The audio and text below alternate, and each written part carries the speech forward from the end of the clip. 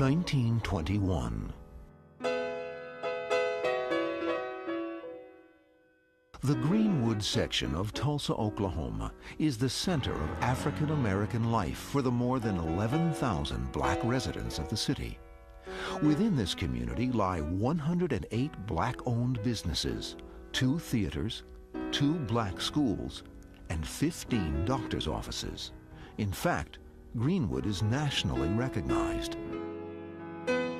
Booker T. Washington, who came through here en route to Muskogee, when he saw the glitter and glamour and the bustling businesses, he declared Greenwood as a Negro Wall Street of America.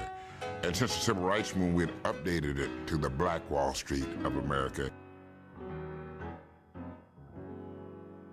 Barred from shopping and socializing elsewhere in Tulsa, blacks build a place of their own, Greenwood. We had everything out on Greenwood and in the Negro area that you needed. There were we had drugstores, grocery stores, cleaners, hotels.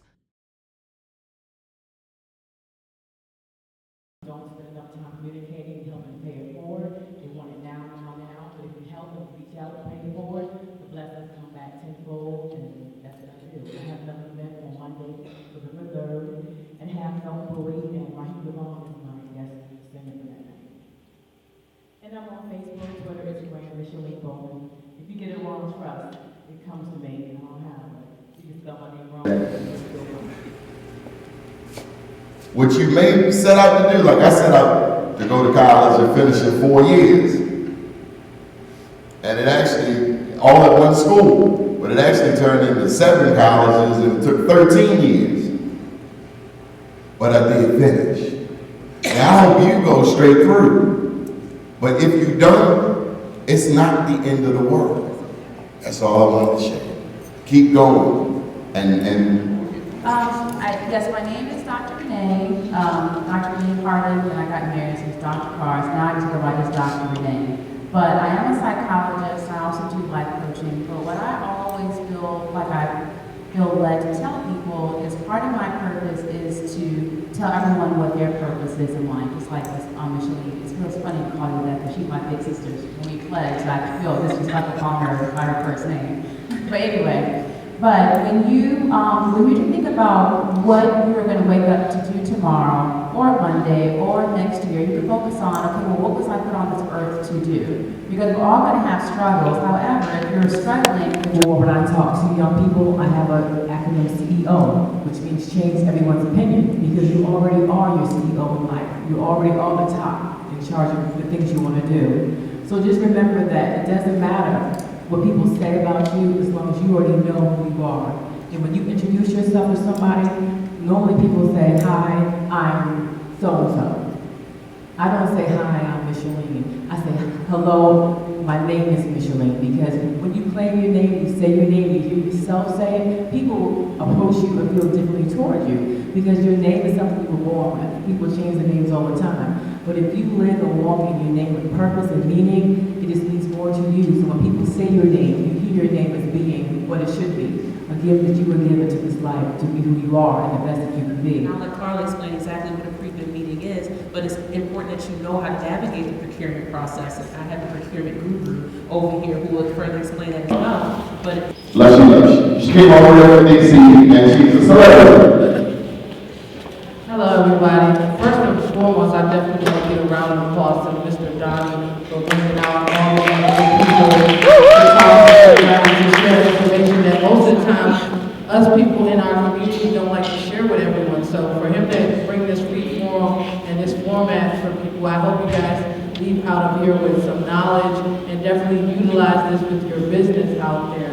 My name is Lush. I own Lush Radio Online. It's an online radio station, but I do all sorts of multimedia. I own a multimedia company, and we also do consulting work. Anything that can be covered, media related, we do. I just received an award in LA for being the best social media and online radio host in LA with a lot of celebrities from some of you young people know, maybe Jocelyn, and along with some of the old school legends, the Brat, It was a very humbling experience, because sometimes when you're in business, especially being an entrepreneur, sometimes you feel like you're working so hard for what? And sometimes you feel like you want to give up. But when you actually get acknowledged for your hard work, at the end of the day, your hard work pays off. And then coming back from there and being presented with the Blackwallstreet Award from Doni actually had me in tears, because you know, just seeing you being rewarded for your accomplishments means a lot. You know, especially us. So sometimes, you know, we don't praise each other when it comes to business. It takes a lot, and it takes a lot of guts to take an idea and then mold it into something that becomes reality. I deal with social media because, you know, in this day and time, we live in a microwavable environment.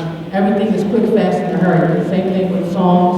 Every single day, every 2 weeks, or maybe a week, another song comes up and now it's a new popular song. So it's out of sight, out of mind. And we live in a pop culture, so whatever is popular is what mostly the youth or mostly the consumer is looking into. And I definitely focus in helping businesses, you know, promote what they're trying to do, to whether it's the consumer or, you know, listeners. To definitely, when it comes to, you know, the best of the social media right now at the moment, most of you use is Instagram, Twitter. For us as in the older generation, you guys might use LinkedIn, but most of the younger generation are using Instagram.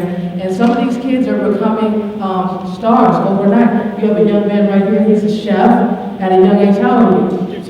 13 years old. How many people at 13 years old would decide to become a chef, you know? These children, you can't underestimate these children nowadays.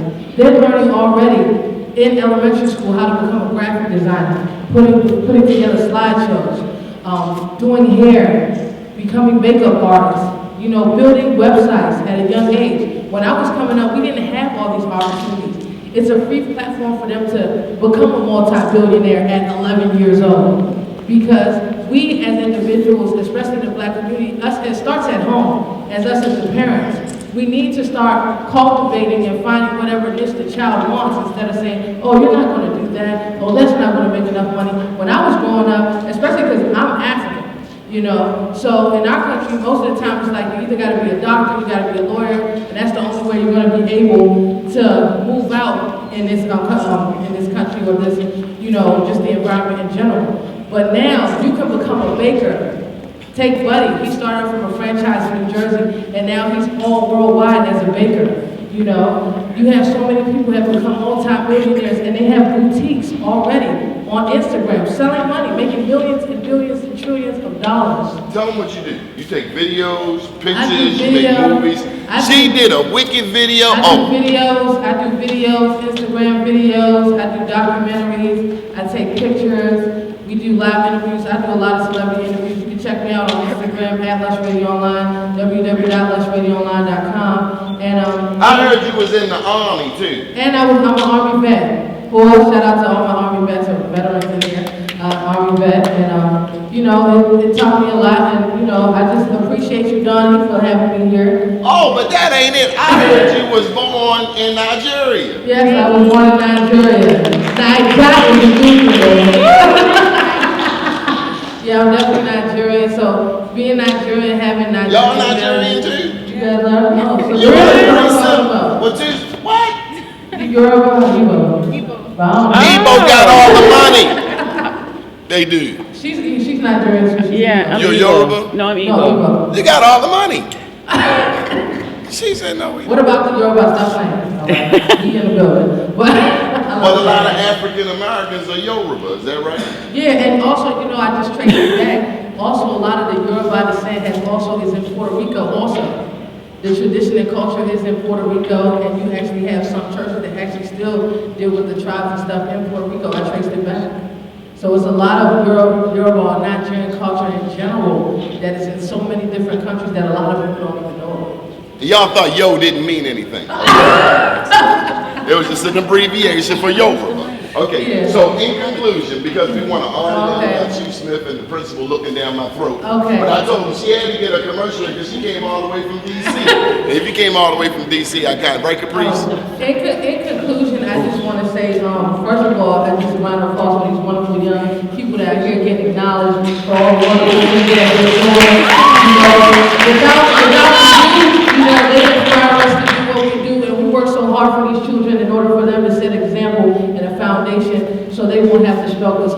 did, but we still have to instill in them and let them know what the struggle was. So you know that we laid a platform for you guys to do what you're doing now. So definitely a round of applause for you guys. A round of applause for Mr. Doni and the principal for having these wonderful students here. And thank you to the school. And my name is Lushy Lush, and I'm out of here. Love you.